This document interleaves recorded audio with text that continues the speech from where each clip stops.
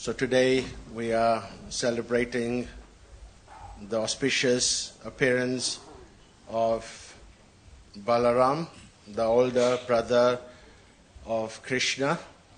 Shri Balaram ki. So I've taken a verse from Sri Chaitanya Charitamrita. It's from Adi Leela, chapter 5. And the chapter is entitled The Glories of Lord Nityananda Balaram. As we know that Balaram is Nityananda. We'll speak a little bit more about that. So today we are studying text number 4. Yep. Translation and purport by His Divine Grace A.C. Bhaktivedanta Swami Srila Prabhupada Ki. The Supreme Personality of Godhead, Krishna, is the fountainhead of all incarnations. Lord Balaram is his second body. Please repeat. The Supreme Personality of Godhead. Krishna is the fountainhead of all incarnations. Lord Balaram is his second body. Purport. Lord Shri Krishna, the absolute personality of Godhead, is the primeval Lord, the original form of Godhead. And his first expansion is Shri Balaram. The personality of Godhead can expand himself in innumerable forms. The forms that have unlimited potency are called Swamsa, and forms that have limited potencies, the living entities, are called Vibhanamsa. I'm going to also read text number 5. I'll just read it to myself. Ekaswarup dahe bina mantra kaya adya kaya vyayu Krishna lila sahaya. Translation. These two are one and the same identity. They differ only in form. Lord Balaram is the first bodily expansion of Krishna, and he assists in Lord Krishna's transcendental pastimes. Purport. Balaram is Swamsa expansion of the Lord, and therefore there is no difference in potency between Krishna and Balaram. The only difference is their bodily structure.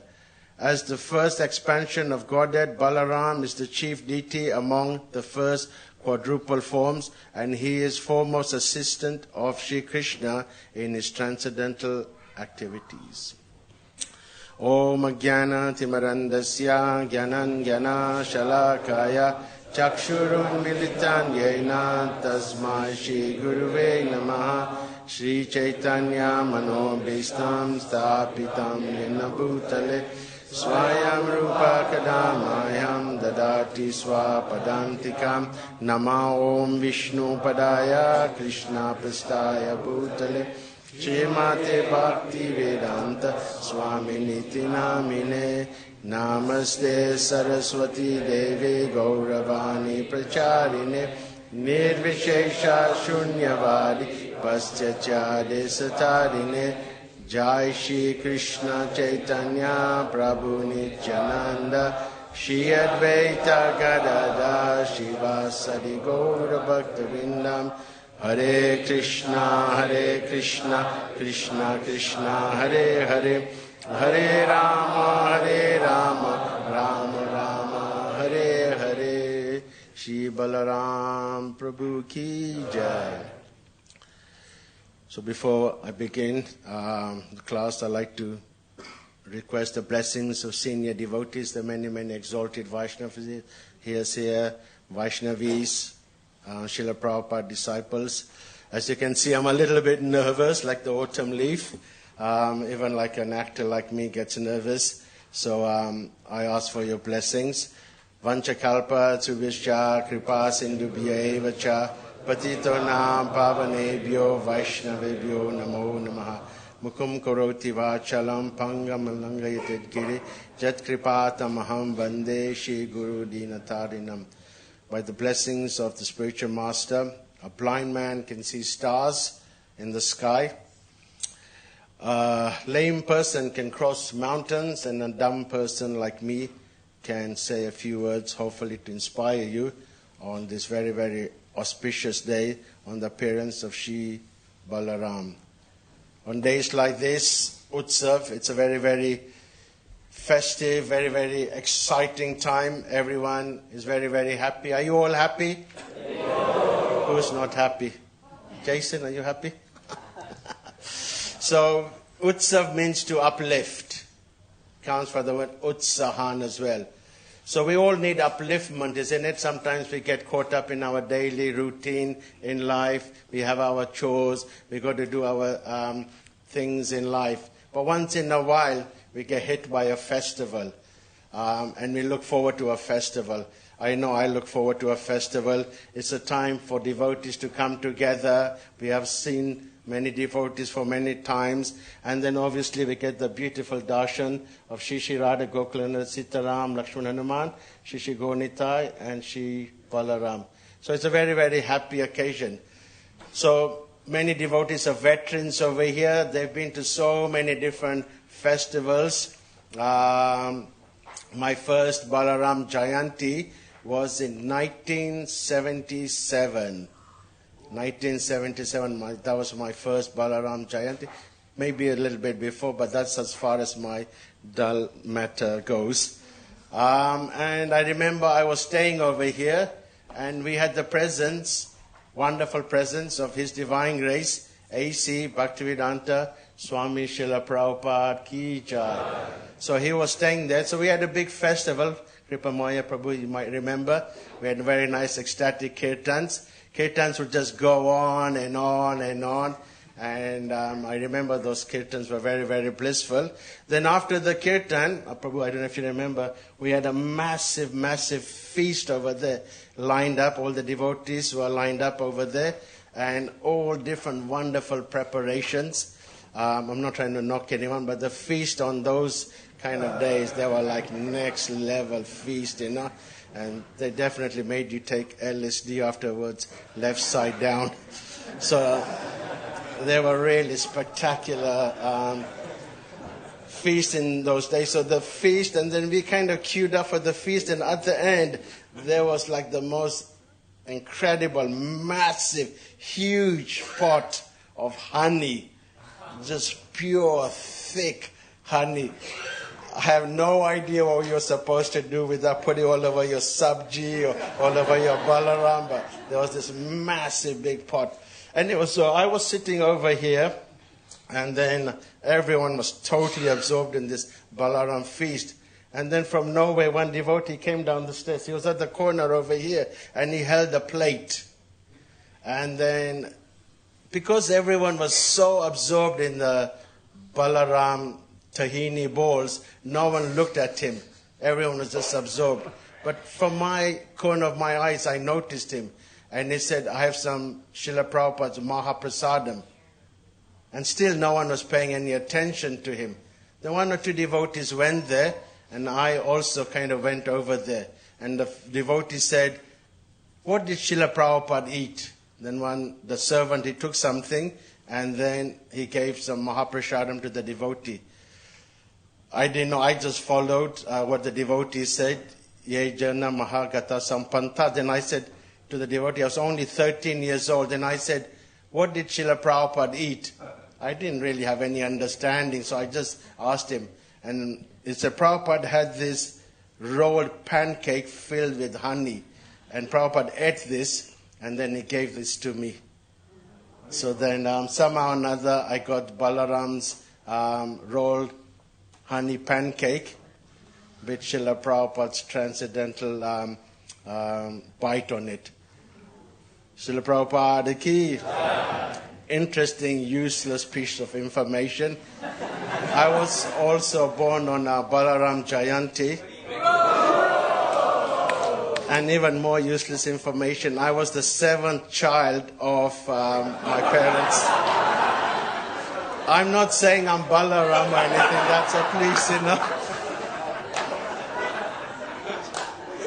So, by the mercy, some of you might know me, know that I have a very, very strong inclination towards my Ishtadev, Sri Avaduta Chandra Nityananda Rama Ki.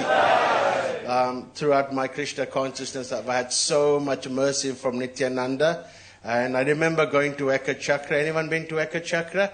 It's the most blissful, most amazing place you can go. And I can tell you, I'm even like starting to quiver a little bit. When you go there, you literally, look, they're standing on end. Your hair stands on, and it's the most amazing, blissful place you can ever go. So, by the blessings of Balaram Nityananda, where Lord Nityananda appeared in Eka Chakra, I have some dust. And whoever stays until the end of class, because I do get a bit boring, can have some of this. It's limited. We'll pass this around. This is from Eka Chakra. This is the place where Lord Balaram grew, Lord Nityananda grew up. And then he had many wonderful pastimes. And there's a kund over there. And I collected some. And it's about 25 years old, this. And I still have it. And when I was going through my things, I said, wow, this is really nice. So I wanted to share. Sharing is caring, isn't it? I wanted to keep it. I had some water from the kund. I said, I'll keep this one and I'll give this one. And interestingly, that water's been there for 25 years in a thumbs-up bottle.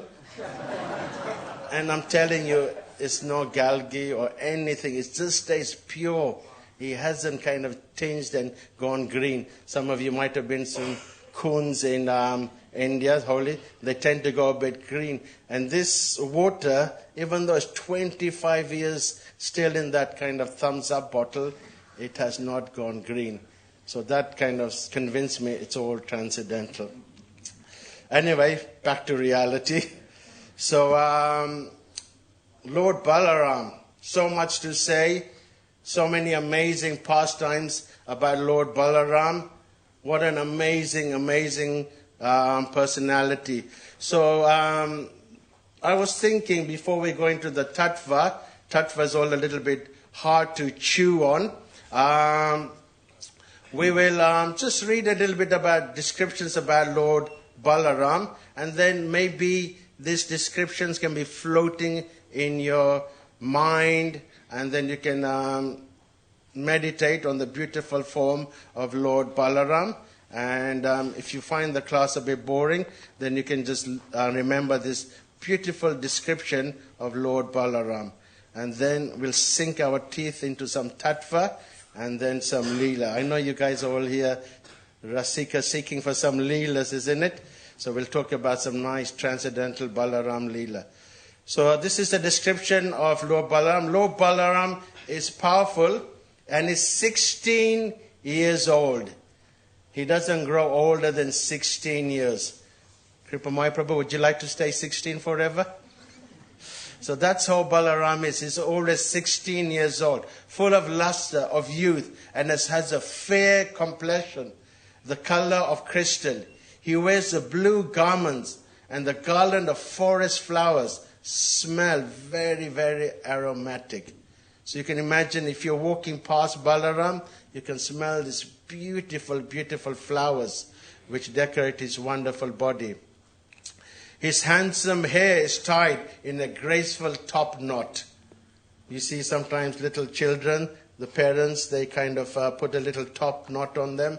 Or rishis, they have a top knot. So it is explained, this is the way Lord Balaram, he always has a top knot.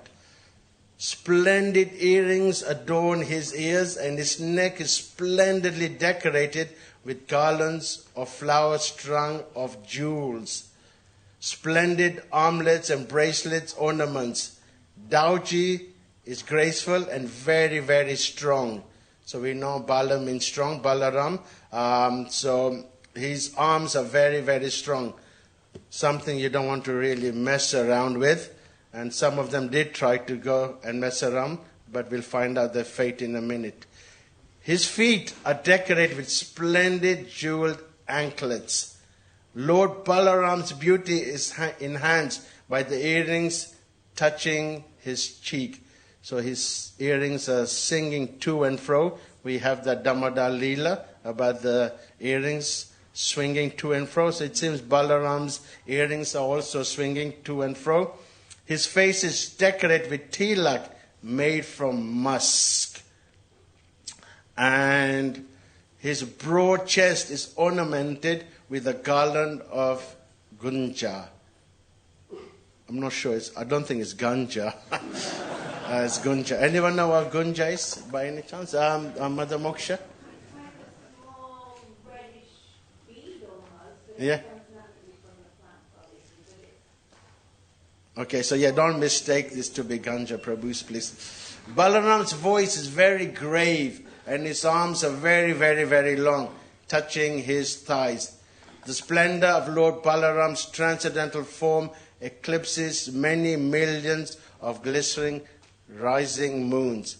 We know that beautiful song, Nitai Pada Kamala, Kuti Chandra Sushitala. So it is explained, Lord Nityananda, Balaram, the lotus feet, they eclipse not just one moon, the moon you see when it's full moon. Today, Lord Balaram's appearance is a full moon. Sometimes I think today we're very lucky. It's a clear sky. So if you get a chance, you'll see this beautiful moon rising. It has that reddish kind of tinge. So as you see this moon rising, if you get the chance, then just try and imagine Lord Balaram's, Lord Nityananda's feet. They're more beautiful than millions of these moons put together. And the slightest scent of his boundless strength is sufficient to destroy many armies of demons. Although he knows the supernatural power of his younger brother Krishna, still, out of love for him, he never leaves Krishna alone in the forest even for a moment. When Krishna and Balaram used to go in the forest, Nanda Maharaj would always tell Balaram. What would Nanda Maharaj tell Balaram? Always look after Krishna. So I don't know, anyone's got an older sibling? Anyone has older siblings? So if you have older siblings, Aniruddha, does your brother look after you? Probably not.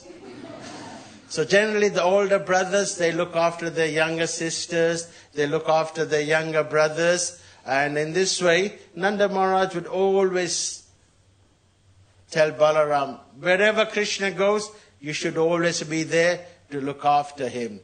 And then when we had this Kaliya pastime, and when Krishna was in difficulty, and then when Nanda Maharaj came, the first question when he saw Krishna in the coils of Kaliya, the first question he asked the cowherd boys, where is Balaram? Balaram is meant to protect Krishna.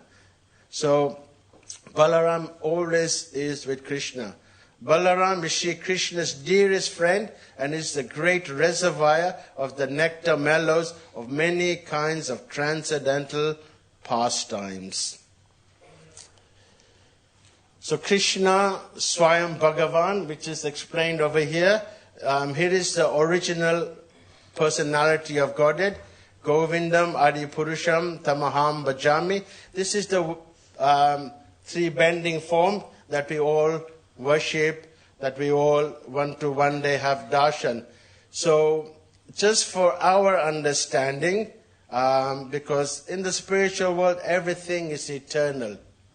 Because we have a hard time understanding the concepts of eternality. So therefore, just to help us understand a little bit, it is explained that Krishna expands himself.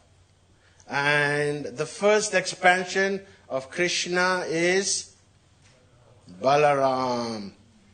So, of course, there's many maintenance or works that needs to be carried out, both in the material and the spiritual world. So what is Krishna's prime Leela? What does Krishna mainly does? He just enjoys. He has a wonderful time with his devotees. So that is Krishna. He just has wonderful pastimes with the devotees. So then he leaves all the other workings to Balaram. So Balaram is the first expansion, and he maintains and he expands himself and looks after the spiritual world, Goloka Dham, Vrindavan Dham, and the Vaikuntha planets. And Balaram also, as explained in the purport, the first part of the purport, anyone remember what also is expanded as? So we know the different Purushas, but in the purport, Prabhupada also explains something. What does Balaram also expand us? The living entities, the jivas. So we actually come from Balaram. Balaram expands into all the billions and billions of living entities, the unlimited living entities. They all come from Lord Balaram. And then Lord Balaram is also known as the Adi Guru. He is the original Guru. So when the living entities are there in the material world, they are trying to enjoy the senses, then Lord Balaram, in the form of the Guru, when you go back to the spiritual world, it is the Adi Guru, Lord Balaram, the Guru, who introduces you back to Krishna. So that is our connection with Balaram. He is the Adi Guru. We are all expansions of Lord Balaram. So Krishna has many, many different expansions. They're known as Prabhav and Vaibhav, Prakash. So when he expands as Prabhav, then he expands as identical, as the same. Anyone know any ideas of these ones? Charlie? Yes, the rasa dance. So when the rasa dance takes place, Krishna appears as identical. Each of the gopis, they all thought they were with Krishna because Krishna was non-different. He was 100% identical. Then the other, which is the Vaibhav Prakash, is exactly the same, but he has some different traits. And what is the different trait of the first expansion, Balaram? Different form. It's the same form. White, that's right. He is white. Anyone know the name of Balaram, which means he is white? Nilastra. Nilastra means he is white. So Krishna is Sham, the color of rain cloud, and Krishna's brother Balaram, he is the color of cotton, white. So if you look on the altar, we can see Balaram, he is white. And then also, Krishna is the supreme personality of Godhead, and Lord Balaram is the supreme personality of servitorship. Supreme personality of Godhead, servitorship. So that's his prime way he functions, that he is the servant of Krishna. So although when he appears, he is an older brother, he always is there to serve Krishna. That is his prime reason why he is there, just to make sure that he is serving Krishna. So then we have Balaram. That's the first expansion. Then he expands himself again. So to make it a little bit interactive, what does he expand himself into? Ladies? So if we have Balaram, Sham, then Balaram, and then what does he expand this time into? Chatuvyuha. The first four expansions, Vasudev, Sankashan, Pradyumna, and Aniruddha. And they are in charge of maintaining all the spiritual aspect of the life. Goloka Dham, Vrindavan Dham, the Vaikuntha Dham. So all those Chatuvyuha, they expand. We can see that very nice picture over there. You see all the different Vaikunthas, the yellow kind of bubbles. These are all the quadruples, the Chatuvyuha. They expanded into all the different Vamanadev, Nrsingadev, all the different four-arm forms of Narayan which are existing. And then again, he expands the second time into, again, the second time, another expansion, quadruple, the Chatuvyuha. And this time, Vasudev, Sankarshan, Pradyumna, and Aniruddha. And Sankarshan, in this particular expansion, is known as Mahasankarshan. Mahasankarshan. So Mahasankarshan, if you again look at the picture, in the corner, there's that blue bubble. He expands as the Purusha avatars. So we got Balaram, we got the quadruple, and then we got quadruple again, and Mahasankarshan. Then he forms the Mahatattva, where us, the living entities, are hanging around, and this is where we're doing our activities. And then Mahasankarshan, he expands himself into Karanadaksha Vishnu, Mahavishnu, and then Mahavishnu breathes out, and the universes are formed, and each of the universal form, then again, Mahavishnu expands himself into Garbhodaksha Vishnu, and then again you can see very tiny, he lies there, and from his navel sprouts the navel, and that's where Brahma is born. And then again it comes a Shiradaksha Vishnu, where he enters in all the different atoms in our heart, Antaryami, Paramatma, and again the Shiradaksha Vishnu.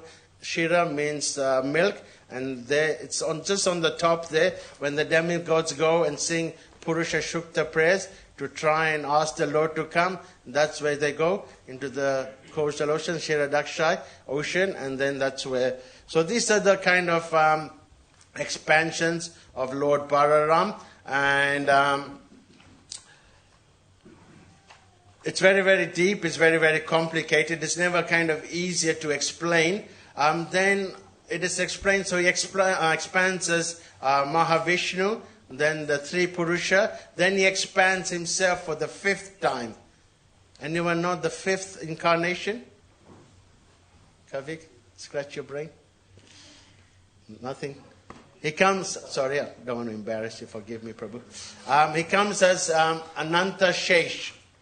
Ananta Shesh is very, very important. We'll talk about that in a few moments. And Ananta Shesh expands, Lord Balaram, expands as Ananta Shesh, and he is the snake that the Lord lies upon. Shiradaksha Vishnu, you can see he lies on this Shesha Ananta, and then all the universes, they rest on his head.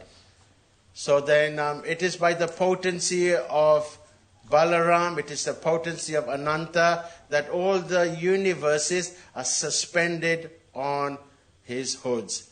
And then Balaram, in the form of Ananta, he is famous for speaking the glories of Krishna, unlimited pastimes of Krishna.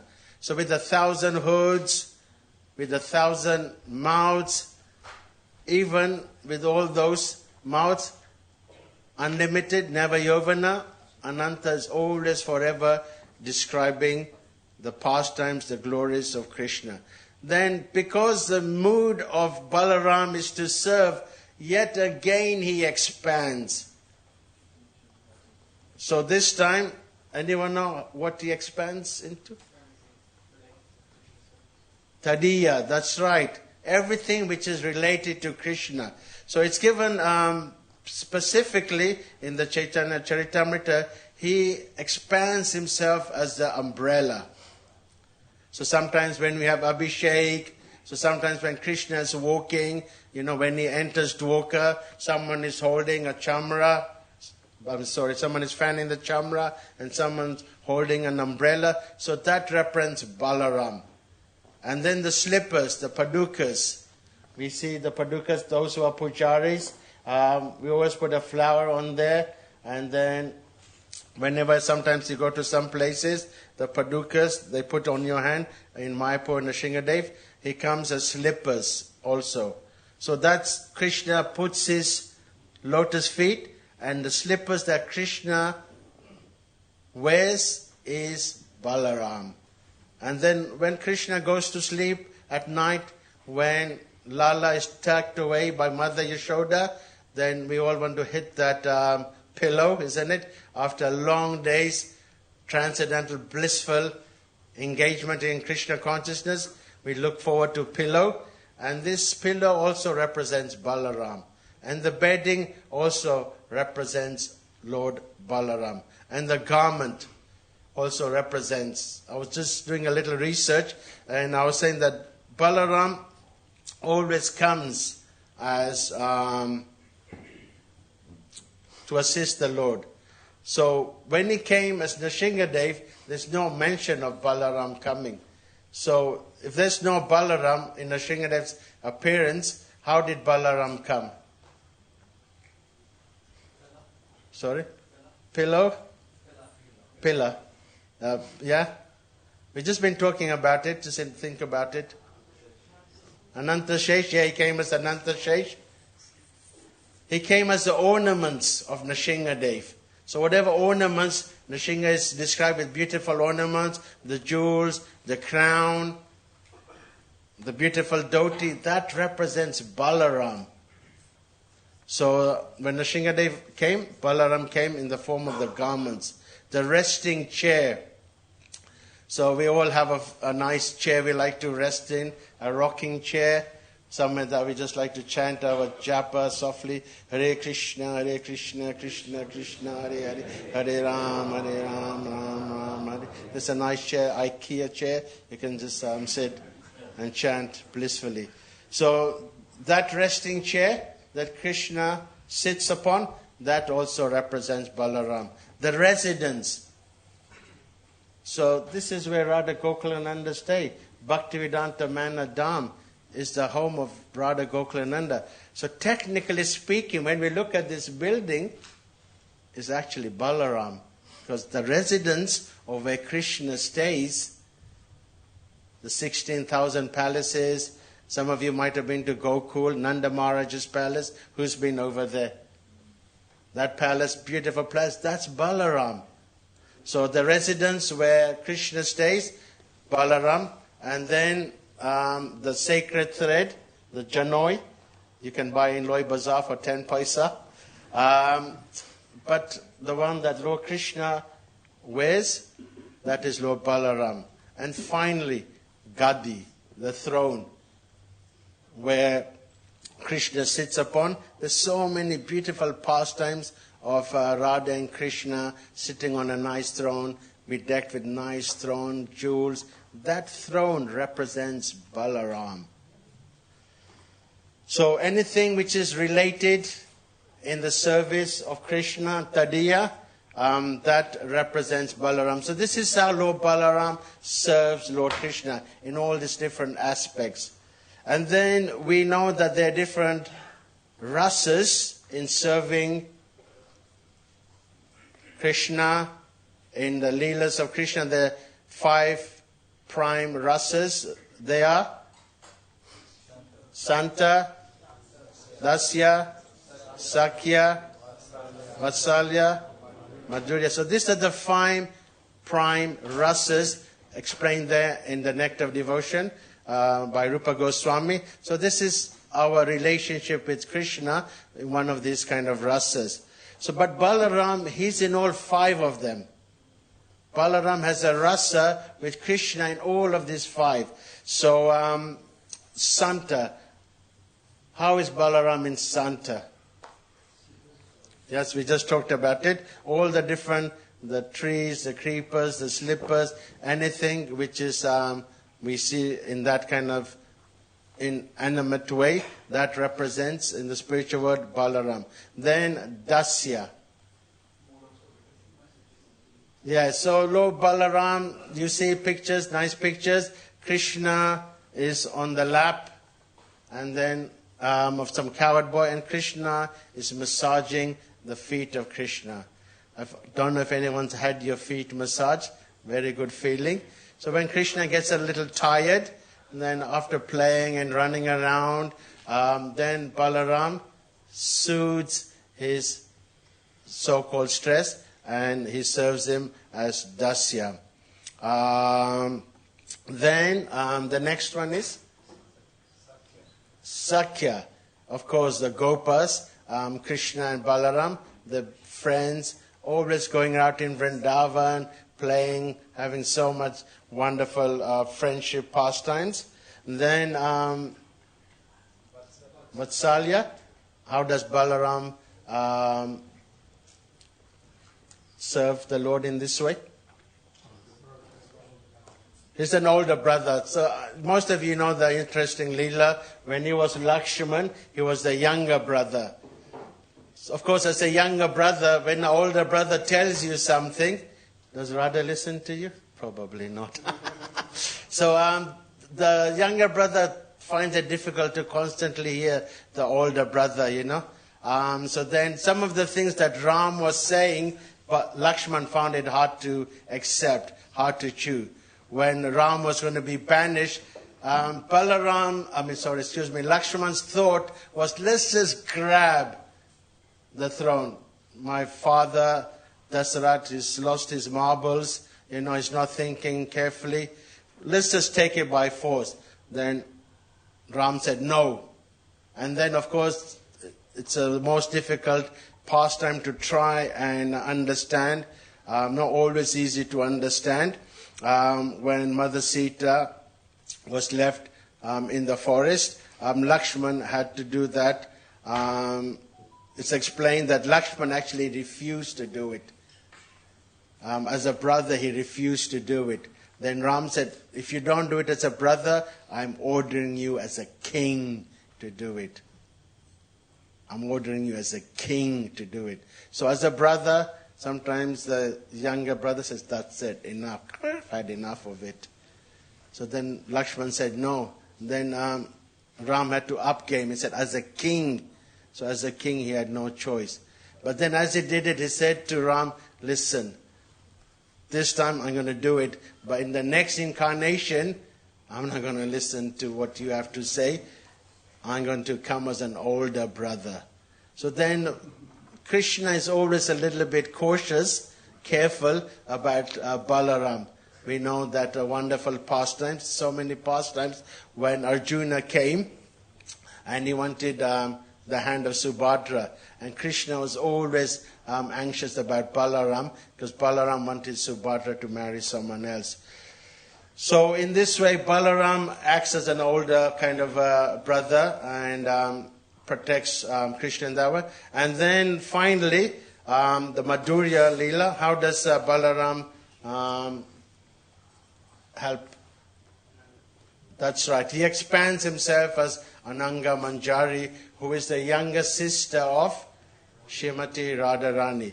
So Manjaris are known for arranging all the different tasteful pastimes of the Lord. So Anananga Manjari, who is Balaram, assists Radharani to unite with Krishna. So this is a little bit of the kind of Balaram Tattva. Balaram is exactly the same as Krishna. I think in Hyderabad, there was a little kind of a discussion among some of the Prabhupada disciples. I think some of you might know. Madhuvisa Prabhu, he was saying that actually there's no difference between Krishna and Balaram. And then Mother Jamuna was saying, well, actually there is a difference. Balaram can't have any rasa with Srimati Radharani. Anyway, this discussion was going on, and then they couldn't come to any conclusion. So then they brought it up to Tamal Krishna Maharaj, who was the servant of Prabhupada, and they asked him, and he didn't know. It says that Krishna and Balaram is the same. There's no difference. So one was saying there is a difference, one is saying there is no difference. Then they brought it up to Prabhupada. And then Prabhupada heard both of the arguments, and then Prabhupada said that Jamuna is right. Yes, Balaram doesn't have that rasa with Radharani. Then Astama Krishna Maharaj was about to go. He said, but Madhavisa is also right. Then Thomas said, well, it can't be both right, How is it possible? It's got to be one or the other, isn't it? And then Prabhupada, you tell us which one is right. Then Prabhupada said, no, you work it out. So sometimes, in the material, we always like to compare. That's our nature. We compare with this, we compare with that time. Another time, devotees asked Prabhupada, who is stronger, Balaram or Krishna? Balaram's strong, very powerful, always expert in the mace. So who is stronger? Hands up who think it's Balaram. Hands up who think it's Krishna. So, Yaduba, tell us what Prabhupada said. Balaram is leaning on Krishna's shoulder. That's right. Krishna's supporting him. That's right. So although Balaram supports the universes, although Balaram maintains the whole spiritual and material world, very, very powerful personality, still he has to lean on Krishna. So that's that famous picture of Krishna and Balaram. So then Krishna is more powerful. So now we'll go a little bit into the Advent. So there's no prasadam, no fast. We're fasting, so we don't have to be anxious about prasadam. It's good for us to talk about this pastime. Janma Karma Chama Divyam. It is explained that we have to know these pastimes about the Lord bare thread. In that purport, Prabhupada says that if we believe in Krishna with conviction, then what will happen to us afterwards? No repeated birth and death. So if we understand, if we know the pastimes of Krishna and Balaram, then no repeated birth and death. Who wants to have repeated birth and death? No one does. It's not a nice kind of thing coming in the material world. So by trying to delve into these pastimes, then we are going to free ourselves from this repeated birth and death. So obviously we are setting up for the appearance of Shri Krishna Bhagavan. So Lord Balaram is there to assist the Lord. So we know the famous Leela, Vasudeva and Devaki are on the chariot, and then Kamsa is told by the voice in the sky that the 8th child will be destined to kill you. Then he was about to kill Devaki. I'm just putting everything in a nutshell. And then Gallant Vasudeva protected his dear wife Devaki, and then nevertheless Kamsa put them all in prison due to Narada Muni transcendental winding Kamsa up, and then one by one, before the appearance of the Lord, each of these children which were there in Devaka's womb were killed. These 6 children also represents a cleansing. Before we accept the Lord, then we have to cleanse ourselves. So anyone know what are these 6 children? They're the sons of Marichi. So the mind represents Marichi. And then if we don't control our mind, if we don't curb the mind, it is said the mind is the best of friends or the worst. So if it becomes the worst, then we get afflicted by these qualities. The first one is Kama. Kama means lust. So the first child represented lust. The next one is Krodha. Krodha is anger. So these qualities were cleansed out of the womb of Devaki, that the Supreme Lord could appear. Then Moha. Moha, anyone know what that is? Greed. We all have these different tendencies, but we have to try and cleanse them and get rid of them. Then there's illusion, Mada, and then Matsarya, madness, and then and envy. So these 6 sons represented this. And then the 7th child appeared, and that was none other than Lord Balaram. Lord Balaram ki jai. So having cleansed the womb of Devaki, and then Lord Balaram appeared. And it's explained that when Lord Balaram appeared, Kamsa also noticed the beauty of Devaki really, really increasing. And then by the transcendental arrangement of Krishna through Yoga Maya, then Vasudeva had another wife, and his wife was Rohini, and Rohini was the wife of Vasudeva, and she was kept under the shelter of Nanda Maharaj because Kamsa was persecuting Vasudeva and Devaki. So for her safety, he sent Rohini to Vrindavan or Gokul. And then the 7th child, by arrangement of Yoga Maya, was transferred into the womb of Rohini. And then it is explained that at night Devaki felt the womb of Balaram, and next morning she felt that she had a miscarriage. So, but interestingly enough, although Balaram went to the the womb of Rohini, he still stayed back in the womb of Devaki. So in one hand he went to the womb of Rohini, but he still stayed in the womb of Devaki. How did he stay back? Anyone, any idea? He stayed back as Ananta Shesh. So when Krishna appeared in the womb of Devaki, like us, we lie in some liquid or whatever it may be, I can't remember. It's a very uncomfortable. But Ananta Shesh was there, and Krishna was lying over there. So Balaram then appeared in the womb of Rohini, and it was a full moon night, and then Rohini felt this transcendental baby, and then as it's explained, Vasudeva was very concerned about what was going on in Vrindavan, and he sends his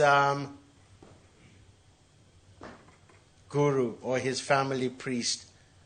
Who is the family priest?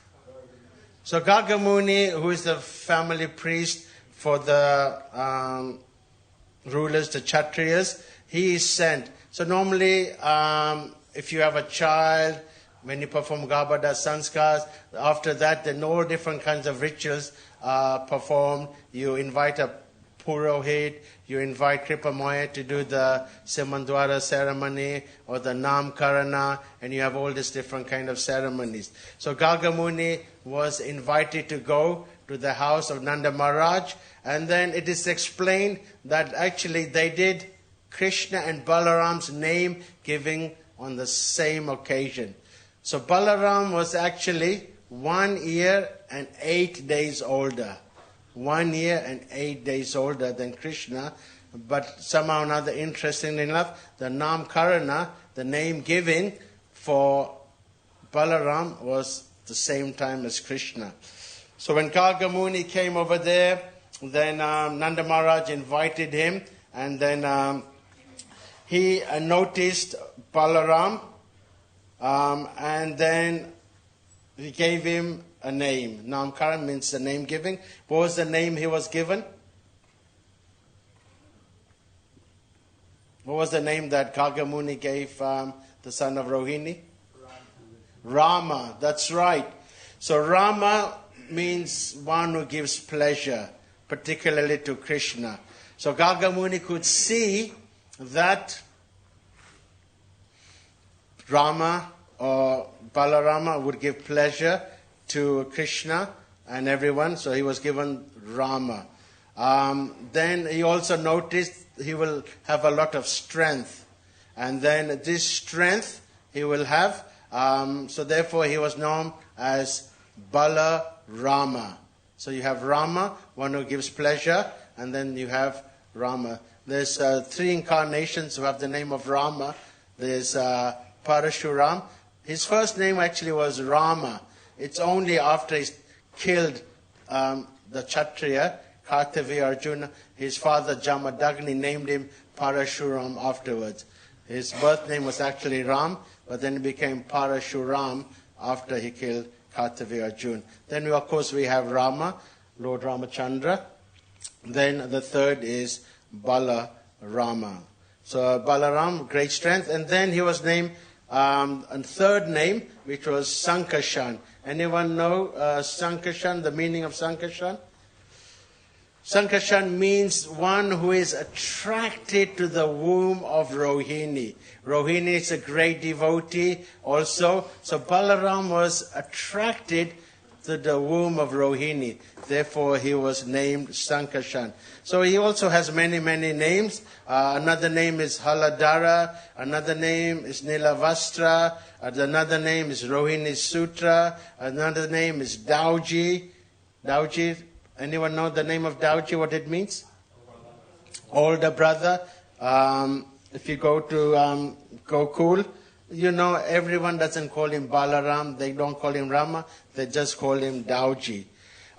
So there's some very nice names. Prabhu, do you want to just turn this around? We have some very, very nice names. Just to break things out a little bit. Kripamaya Prabhu, do you want to lead?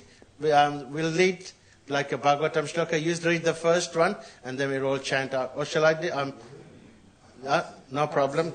Smara, Prabhu, you want to do it? Yeah? Okay, all right. You notice my Sanskrit isn't that great, but I will try.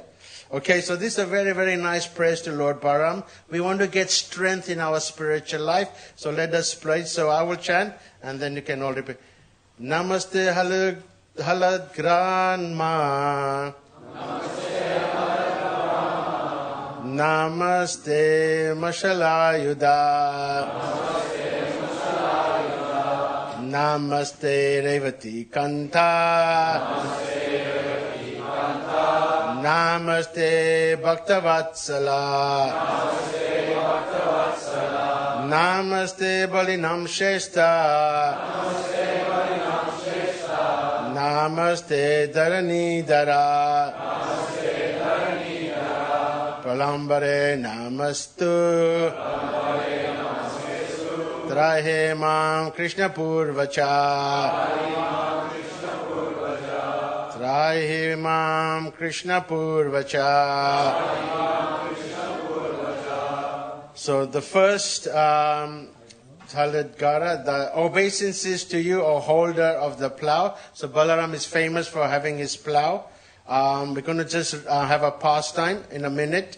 Obeisances to you, O wielder of the mace. We know the story of Balaram. He had 2 famous disciples. Who were the disciples? Duryodhana and Bhima. And then obeisances unto you, the darling of Revati.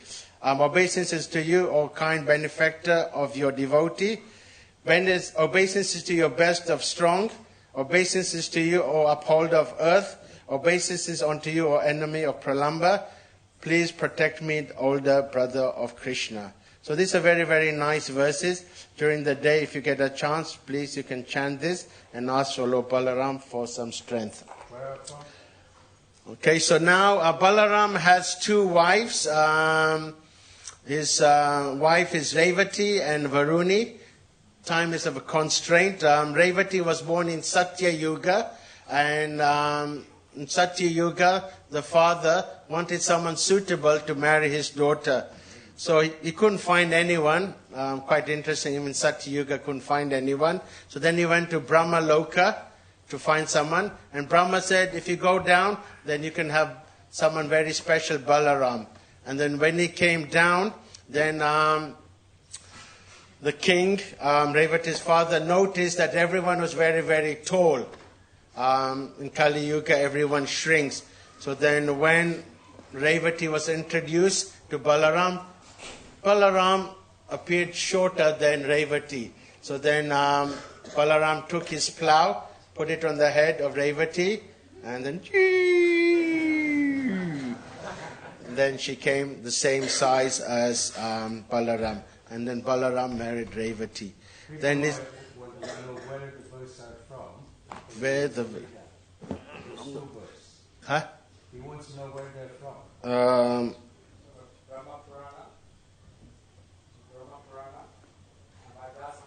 Okay, I'll tell you. Okay. Thank you. Haribol. And then the other is Varuni. Balaram's festival, the feast, Varuni is always served. So I hope the cooks are preparing a nice Varuni. So Varuni is the daughter of Varuna. And then she also married Balaram. So there are many, many different pastimes. So we're going to do a little bit of transcendental dramatic reading. If you put Jai Krishna on a seat like this, you're going to expect a little drama. So my friend Radha Mohan over here, we're going to read a very nice pastime, the marriage of Samba. It's a very, very nice, beautiful pastime. So we're going to read it in a little bit of a dramatic form. And we hope you enjoy this little transcendental Leela of the marriage of Samba. This is taken directly from the Krishna book. And we've kind of, it's quite a long pastime, so we've abbreviated it slightly. Duryodhan had a marriageable daughter by the name of Lakshmana. She was a very highly qualified girl of the Kuru dynasty, and many princes wanted to marry her. In such cases, a Swayamvara ceremony was held so the girl may select her husband according to her own choice. In Lakshmana's Swayamvara ceremony, Samba appeared. He was a son of Krishna by one of his chief wives. Now Samba liked the look of Lakshmana. He wanted to marry her. Although, however, she was not too inclined to marry him. Therefore, frustrated, Samba kidnapped Lakshmana by force. The leading man of the Kuru dynasty thought it's an insult to the family tradition that Samba has the audacity to take and kidnapped her. All of them knew that Lakshmana was not at all inclined to select him as her husband, and that she was not given the chance to select her own. Therefore, they decided that he must be punished. All of them, under the counsel of the senior members of the Kuru family, decided to arrest the boy, but not to kill him. They concluded that the girl could not be married to any other boy than Samba, since she had already been touched by him. All the members of the Kuru dynasty, especially the great fighters, joined together just to teach him a lesson, and Karna was made the commander-in-chief for the small battle. While the plan was being made to arrest Samba, the Kurus counselled amongst themselves. Well, once they've arrested him, the Yadus are going to be very, very angry. The Kurus thought, if they come here to challenge us, we will nevertheless accept the fight. Now, after receiving permission from the likes of Bhishma and Dhritarashtra, the six great warriors, all Maharatis, set off to arrest the boy. These Maharatis could fight alone with many thousands of men. However, Samba was also a Maharati, but he was outnumbered. Still, he was not determined when he saw all the great fighters of the Kuru dynasty approaching him to arrest him. Alone, he turned towards them and took his bow, posing exactly as a lion stands amid in the face of other animals. Karna challenged Samba. Samba! Why are you fleeing? Just stand. We will teach you a lesson. As soon as Samba accepted the challenge, stood there alone before them. He was overpowered by a shower of arrows, as the lion is never afraid of being chased by many wolves and jackals. Similarly, Samba, endowed with inconceivable potency as the son of Lord Krishna, fought them with great talent. Go on, Samba, give it to them. First of all, he struck each of the 6 charioteers with 6 separate arrows. Another 4 arrows he used to kill the chariot horses. Actually, deep down, they actually appreciated the potency of the boy. Even in the midst of fighting, they admitted that Samba was wonderful. But the fighting, however, was conducted with a Kshatriya spirit. So very soon, Samba's chariot was smashed to pieces, and one of them snapped his bow. In this way, after a severe fight, they were able to arrest him. Thus, the warriors of the Kuru dynasty accepted their great victory and separated their daughter, Lakshmana, from him.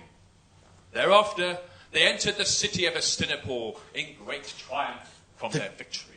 The great sage Narada carried the news to the Yadu dynasty. He told them the whole story. The members of the Yadu dynasties became angry.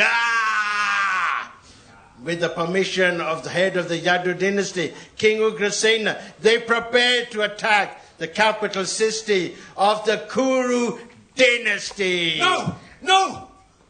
Balaram stepped in at this point and said, Balaram ki! Aye. Always a wise. Balaram was smart and he thought, no. Instead of fighting with them, let me go there to assess the situation. Let me try to see if the fight can be settled with discussion and mutual respect and understanding. Balaram's idea was that if the Kuru dynasty could be induced to release Samba along with his wife now, Lakshmana, then a fight could be avoided.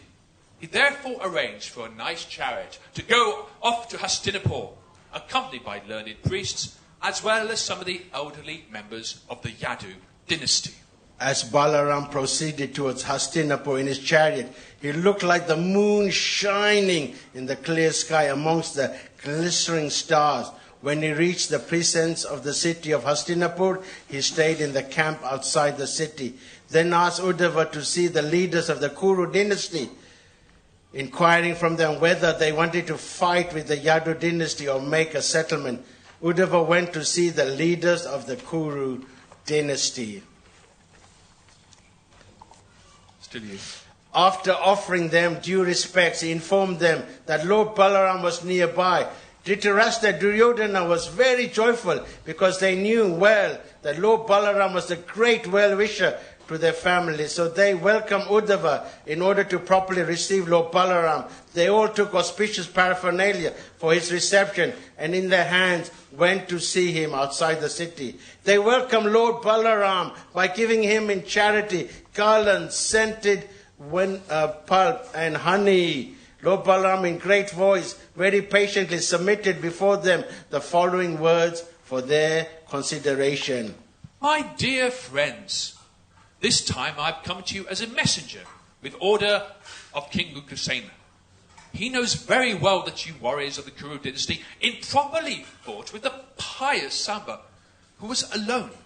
However, we're not very agitated because we are most intimately related to each other. I don't think we should disturb our good friendship. We should continue our friendship without all this unnecessary fighting. So please, therefore, immediately release Samba and bring him, along with his new wife, Lakshmana, before me now. When Lord Balaram spoke in a commanding tone, his statements were not appreciated by the leaders of the Kuru dynasty. With great anger, they thought, the language and the tone used by Balaram are simply abusive. And due to the influence of this sage, it appears that the shoes befitting the feet want to raise to the top of the head, where the helmet is worn. We are connected with the Yadu dynasty by marriage, and because of this, they have given the chance to come and live with us and dine with us. We have allowed the Yadu dynasty to use the royal insignias and everything befitting the royal order. Now they're trying to go against those who have fed them so nicely. Speaking in this unmanly way, they return to Hastinapur. Although Lord Balaram patiently heard the insulting words from his appearance, it appears he was clearly burning with anger. Dun, dun, dun, dun. And thinking to retaliate with great vengeance, his bodily features became so agitated, it was difficult for anyone to look at him. He laughed very loudly.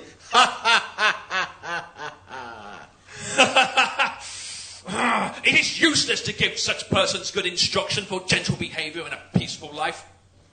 One should search out the ways to punish them. Just see how arrogant the members of the Kuru dynasty are. It is clearly they do not want a peaceful settlement. Lord Krishna, the Lord of the whole creation and the husband of the goddess of fortune, cannot use royal paraphernalia. The dust of Krishna's lotus feast is worshipped by the demigods. The Ganges waters inundated the whole world. And since it is emanating from his lotus feet, its banks have turned into places of pilgrimage. If I do not take steps now against the Kuru dynasty, it will be improper on my part. Therefore, on this very day, I shall rid the whole world of any trace of this dynasty. Lord Balaram seemed so furious. He took up his plough. He could burn the whole cosmic creation to ashes. He stood up steadily and taking his plough in his hand, he struck the earth. Boom! In this way, the whole city of Hastinapur shook, separated from the earth. Lord Balaram then began to drag the city towards the flowing Ganges. Because of this, there was great trauma throughout the Hastinapur, as if there had been an earthquake. It seemed that the whole city would be dismantled. When the members of the Kuru dynasty saw that their city was about to fall into the river Ganges, they quickly came to their senses. Thus, they brought forward Lakshmana as soon as they could. All the members of the Kuru dynasty appeared with great humility before Lord Balaram with folded hands, just to beg his pardon. Oh, Lord Balaram, you are the reservoir of all pleasures. You are the maintainer and support of the entire cosmic manifestation. Dear Lord, we are most foolish. Our intelligence was bewildered. Therefore, we have come before you to beg for forgiveness. Please excuse us. You are the original creator, sustainer and annihilator of the universe. And still your position is always transcendental at the same time. Oh, unlimited one, you have a hold on everything. And like child's play, you hold all the planetary systems on your heads. By these words, Lord Balaram became softened and assured them that there was no cause for fear, that they need not worry. Thus, with great pleasure, Kurus handed over their daughter to Samba. Haribo! I'm not hearing it. Haribo! And the whole matter was settled. Duryodhana, being affectionate towards his daughter Lakshmana, had her married to Samba in great pomp. Lord Balaram acted as a guardian of the bridegroom Samba and very pleasingly accepted the dowry. Balaram was very satisfied after his great reception from the side of the Kurus, and accompanied by newly married couple, he started towards the capital city of Dwarka. Lord Balaram triumphantly reached Dwarka, where he met with many citizens who were all his devotees and friends. Lord Balaram ki jai! Thank you very much, Radha Mohan. So time is a little bit limited. We were hoping to discuss a bit more of his pastimes. Quickly, Krishna killed many of the demons. Balaram killed few of the demons. Give me a quick shower of demons that Balaram killed. Denikasura. So Denikasura in Talavan. Anyone been to Talavan? You can go to that place where Lord Balaram had that pastime. These fruits, these tal fruits, the coward boys wanted these fruits, but this demon, Denikasura, was living there. And then Balaram said, let's go, we'll eat this fruit. And then as Balaram entered the forest, they were picking all the fruits. And Denikasura could hear such a commotion. He came running, galloping, and then came straight for Balaram. And then Balaram picked up the ankles of Denikasura, and threw it right on top of the palm trees. And one by one, all the different ass-like demons, they came to attack Krishna and Balaram. But Balaram got rid of them. Denikasura represents what in our life? Bhaktivinoda Thakur said all these different demons, they represent different anathas in our spiritual progress. Denikasura represents ignorance or stupidity. Sometimes we're quite stupid. We know that life is very precocious, it's very, very short. Still, sometimes we try to flirt around with Maya's energy. So we have to be always diligent. Pralambasura was a powerful demon. He assumed the form of a coward boy. And then when the boys were playing, then sometimes they wrestle. And whoever is the loser, they have to carry them on the back. So then Balaram was on one side, Krishna was on the other side, and then Balaram's side lost. So then Balaram had to carry this boy Pralamba, and then as he was carrying him, Pralamba was thinking that Krishna is very strong, he's very, very powerful. I can't kill him. So his thought was, if I kill Balaram first, then Krishna will become weak. He'll be depressed because there is no Balaram. Then I will kill Balaram. But little did he know that when he took Balaram, then as Pralamba started taking his form, it is explained at first Balaram was in a little bit of shock. You saw a little cowboy, you can imagine. Then all of a sudden it turns into this big, massive demon. So Balaram was taken back. Then it is explained that Krishna said, "Oh, Baya!" And this indicates, it reminded who Balaram was. He was the most powerful person, and then he just hit him on the head, and there was no more Pralamba. What does Pralamba represent? Sorry? Represents duplicity of false friends. So we have to be very, very careful in our dealings that we're not duplicitous, we're not false to each other. This Pralambasura came as a false person on the pretext. So therefore, we have to be careful. We're not duplicitous or false in our dealings. Then he killed the mighty elephant in the arena. And then he also killed which demon? The wrestler. Do you remember which one? Chanura and Mushtika. Which one was it? It was Mushtika, that's right. Then there's so many other pastimes. Then Lord Balaram visits Vrindavan. Just as Krishna has his own sets of gopis, Lalita, Vishaka, Radharani, Champaka, then it is explained that Balaram also has his own set of gopis. And he has his own Rasa Leela. And when he went to Vrindavan, then he had this wonderful pastimes. And this morning we were reading the 7th verse. When Balaram was sporting with the gopis, he was intoxicated by what drink? Varuni. And naturally when you're intoxicated, you want to enjoy or have a good time, or Balaram wanted to sport in Jamuna, and he called Jamuna. And Jamuna, seeing Balaram in that condition, she did not come. Then Balaram took his plow and then forced Jamuna to come. So it is explained that by Balaram taking this Jamuna, he created what we call irrigation. In India, irrigation is very, very important. So this is what feeds all the others. So Balaram is also known as the god of agriculture in India. So by taking the Jamuna by force, by splitting her, then all this water went to irrigate all the other different parts of the Vrindavan, and in this way.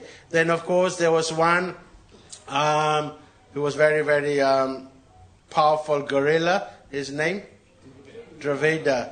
So Dravida was causing havoc to the Brahmins, gorillas, monkeys. I don't know if you've had any experience in Vrindavan. They're very, very naughty, and they're always causing problems. So this Dravida, he was interestingly there in Ram's pastimes. It seems he was a Chiranjiva, a long-lived Jiva. And then it's explained for some reason he liked Ram, but he did not like Lakshman. He liked Ram, but he did not like Lakshman. So, time isn't there. Sometimes we have people, they want to accept Gaur, but they don't want to accept Nityananda. And that's not a good fate. We can only go to Krishna or Gaur through Balaram or Nityananda. Without them, it is not possible. So Dravida was causing this havoc, and then Balaram put him in his place.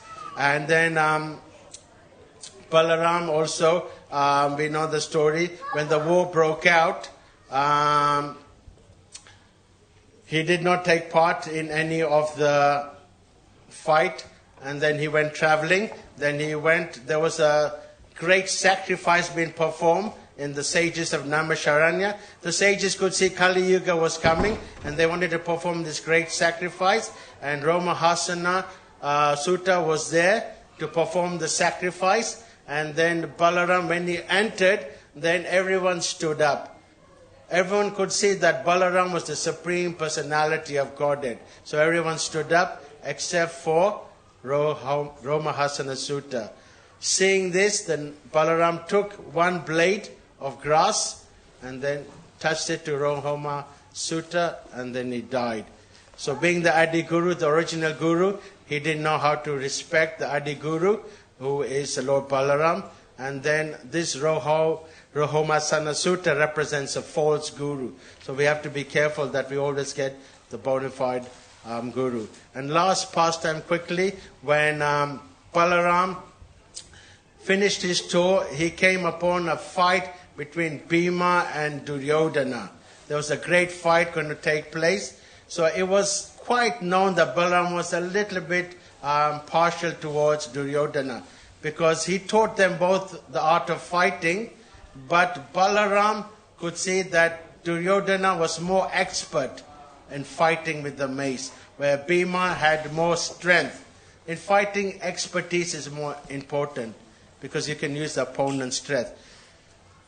The fight began, and then Bhima was losing because Duryodhana was more expert.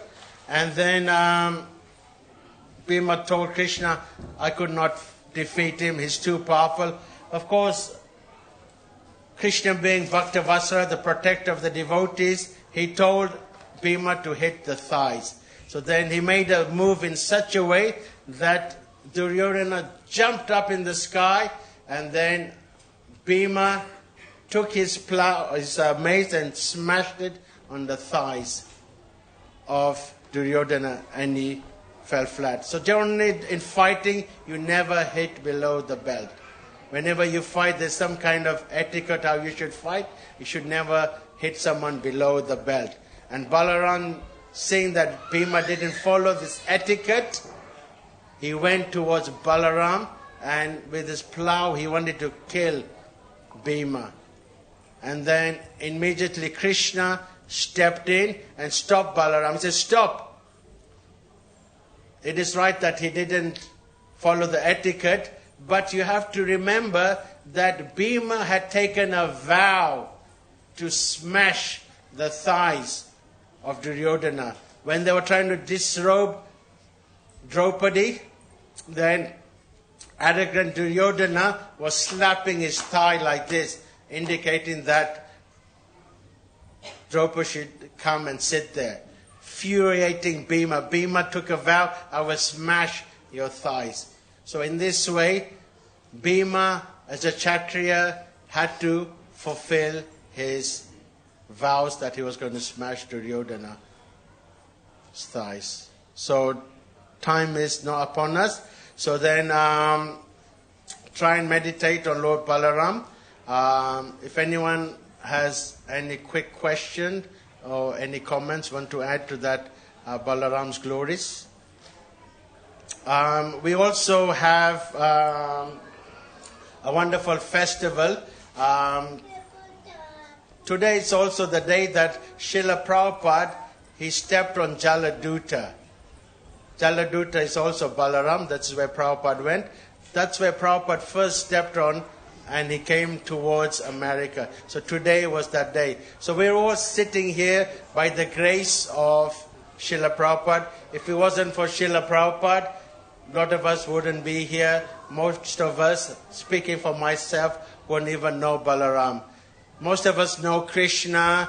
Most of us know who Kanhaiya is. But very, very few people know who Balaram is. So Srila Prabhupada is the person who is the one who opened this vast knowledge of Srimad Bhagavatam, which explains about Krishna and Balaram. I'm going to ask Nitya if you want to come and just explain this festival that's taking place 17th and the 18th. Someone can pass her a mic, please. 17th and 18th, we're having this wonderful festival of Srila Prabhupada, and many, many devotees are coming. Mother Vishaka will be there, many Prabhupada disciples. So then she'll explain a little bit about this festival. Then we're going to have some kirtan.